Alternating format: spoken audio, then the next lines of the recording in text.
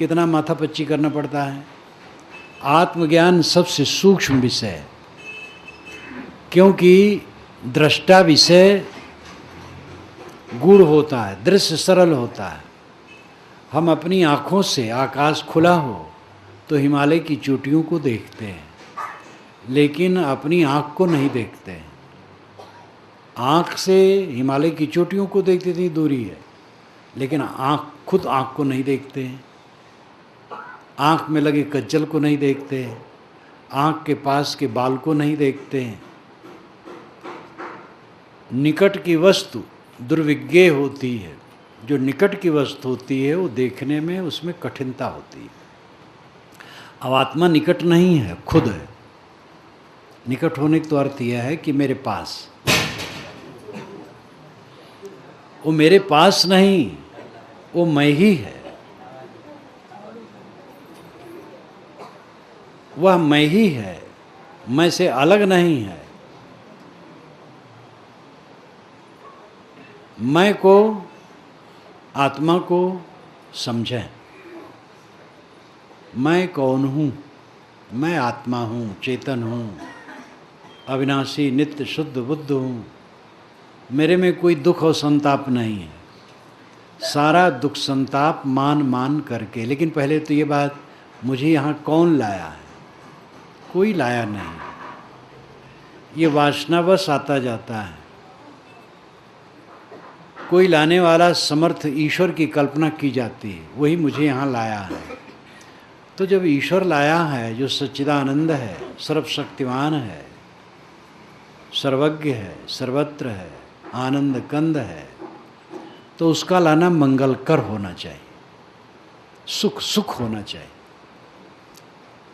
लेकिन ये संसार दुख से भरा है। दुखालयम अशाश्वतम, गीता में कहा गया दुख का घर है और अशाश्वत है। गीता न मानो, जीवन को देख लो। गीता तो जगत का प्रतिबिंब है। सारे शास्त्र सत्ता के प्रतिबिंब है। असली पुस्तक तो ये जगत है, सत्ता है। लौहि महफूजस्त दरमानी दिलत, हरचमी ख्वाही सबज्जू हासिलत, दर हकीकत खुद तुयुम मुल किताब, खुद जी खुद आयात खुद राबाज आप। मनुष्य का दिल लौहि महफूज है, सुरक्षित चित्रपट है। वो अपने दिल से स्वयं सोचे, वस्तुओं का, सत्ता का विश्लेषण करे और अपने आप को समझे। ये सत्ता सबसे बड़ी किताब है। सत्ता क्या कहती है? सत्ता दुख से भरी, जन्म होना और जन्म के बाद बचपना, कौमार, जवानी, बुढ़ापा, सब में दुख भरा है। क्योंकि कणों का जोड़ शरीर ये विकृत होता रहता है। मन चंचल है, कामनाएं बहुत हैं, वो पूरी होने वाली नहीं हैं।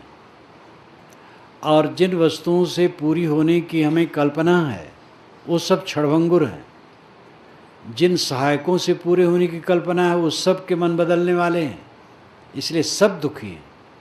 सदगुरु कबीर ने कहा, तन धरि सुखिया काहू न देखा, जो देखा सो दुखिया। उदय अस्त की बात कहत हैं, सबका किया विवेका। बाटे बाटे सब कोई दुखिया, क्या गिरही बैरागी। सुखाचार्य दुख ही के कारण गर्भ ही माया त्यागी। योगी यंगम ते अति दुखिया, तापस के दुख दूना। आशा तृष्णा सब घट व्यापी, कोई महल नहीं सूना। साँच कहो तो सब जग खीजे, झूठ कहा न अजाई। कहें कबीर तेई भो दुखिया, जिनी राह चलाई। सारा संसार दुखिया है। सुखदेव स्वामी दुख ही के कारण गर्भ ही माया त्यागी, गर्भ ही में से माया का त्याग कर दिए। पुराण के अनुसार कहानी है कि वो गर्भ में रहे तो निकलना नहीं चाहते कि दुनिया में बड़ा दुख है, तो बड़ा विनय किया गया तो निकले।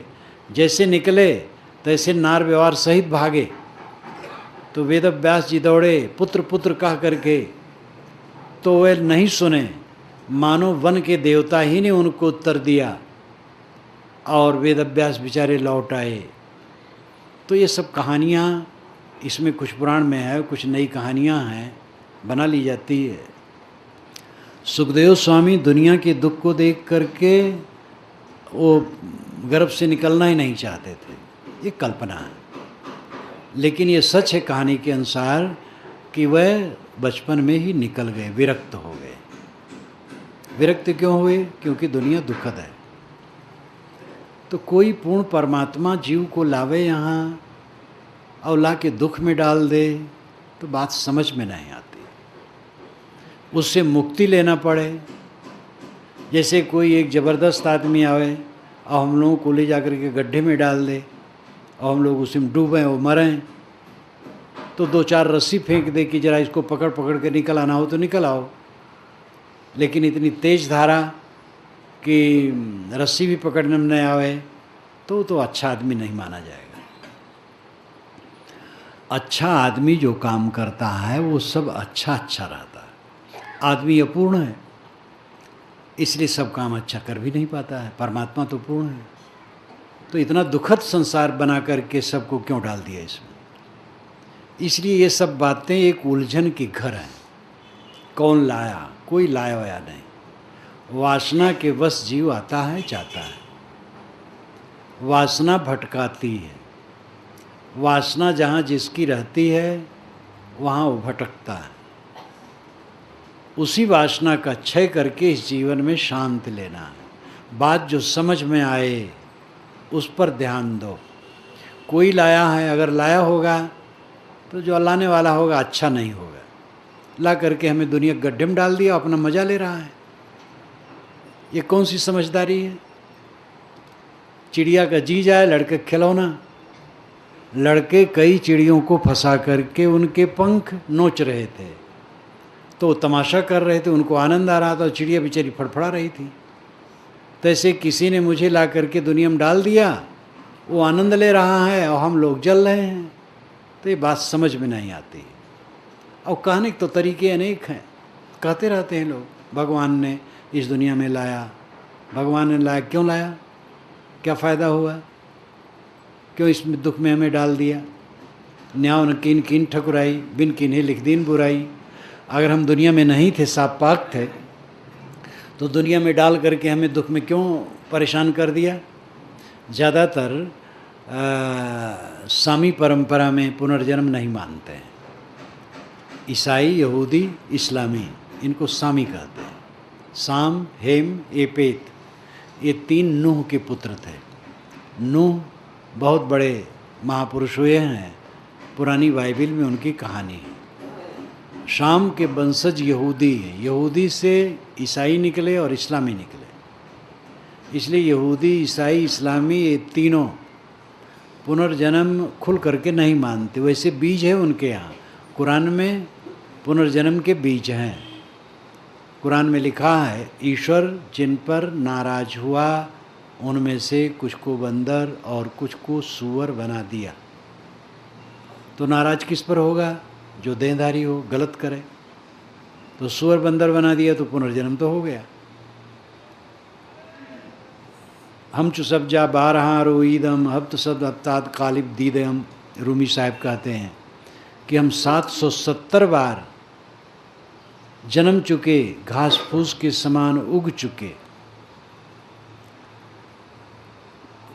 हफ्त सद हफ्ताद कालिब दीदयम, हफ्त 7, सद 100, 700, हफ्ताद 70, 770 बार।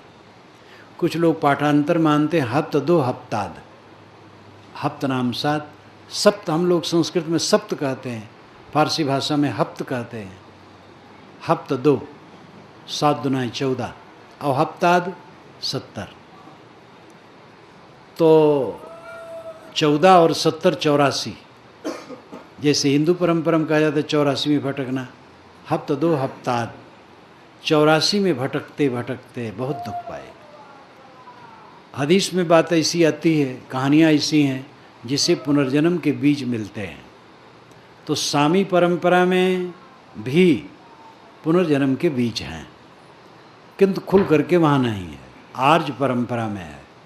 आर्य परंपरा में ब्राह्मण, श्रमण, सिद्ध, नाथ, वैष्णव, संत, ये सब परंपराएं आती हैं। आज परंपरा में ब्राह्मण परंपरा पुरानी है, जो वैदिक परंपरा है। उसके बाद श्रमण परंपरा, जैसे बुद्ध महावीर इत्यादि का हुआ, उससे पहले भी श्रमण थे।